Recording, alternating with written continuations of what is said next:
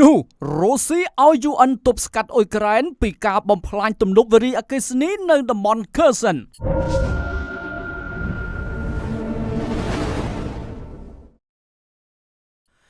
រុស្ស៊ីបានស្នើសុំជាផ្លូវការដល់ក្រុមប្រឹក្សាសន្តិសុខអង្គការសហប្រជាជាតិទប់ស្កាត់អ៊ុយក្រែនពីការបំផ្លាញទំនប់វារីអគ្គិសនី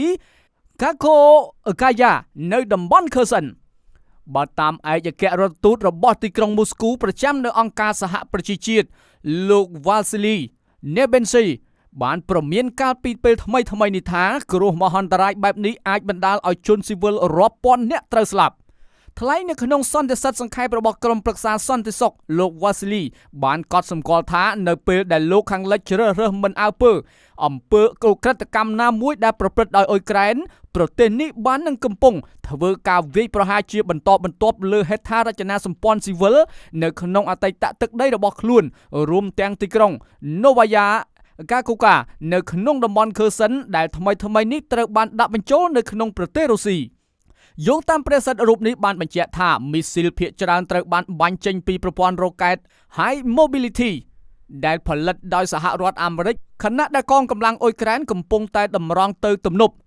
Kakhovkaya ដើម្បីបំបែកវាដែលបណ្ដាលឲ្យកម្រិតទឹកកើនឡើងហើយតំបន់ជាប់គ្នាត្រូវជន់លិចយ៉ាងខ្លាំងថ្មីនេះផងដែរប្រទេសរុស្ស៊ីបានប្រកាសឲ្យអ្នកស្រុកចាកចេញពីតំបន់ Kherson ជាបន្ទាន់មុនពេលដែលអ៊ុយក្រែនវាយលុកមកដល់អាជ្ញាធរដែលកាន់កាប់នៅតំបន់ Kherson បានប្រកាសឲ្យអ្នកស្រុកចាកចេញភ្លាមខណៈដែលពួកគេរំពឹងថាកងទ័ពអ៊ុយក្រែននឹងធ្វើយុទ្ធនាការវាយលុកដណ្ដើមយកទីក្រុងភាគខាងត្បូងរបស់អ៊ុយក្រែនត្រឡប់ទៅវិញបើយោងតាមប្រភពរដ្ឋបាលនៅក្នុងតំបន់បានបង្ហោះនៅលើកម្មវិធី Telegram កាលពីថ្ងៃសៅរ៍ដែលទាមទារឲ្យជនស៊ីវិលចាកចេញពីទីក្រុង Kherson ដោយលើកឡើងពីស្ថានភាពតានតឹងនៅផ្នែកខាងមុខនិងការគំរាមកំហែងនៃការបាញ់ផ្លោង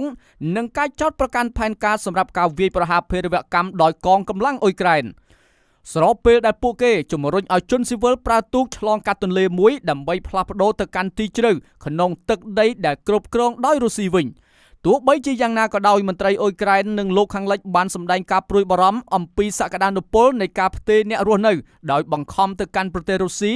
ឬទឹកដីដែលកាន់កាប់ដោយរុស្ស៊ីចំណែកឯទីក្រុងគៀវ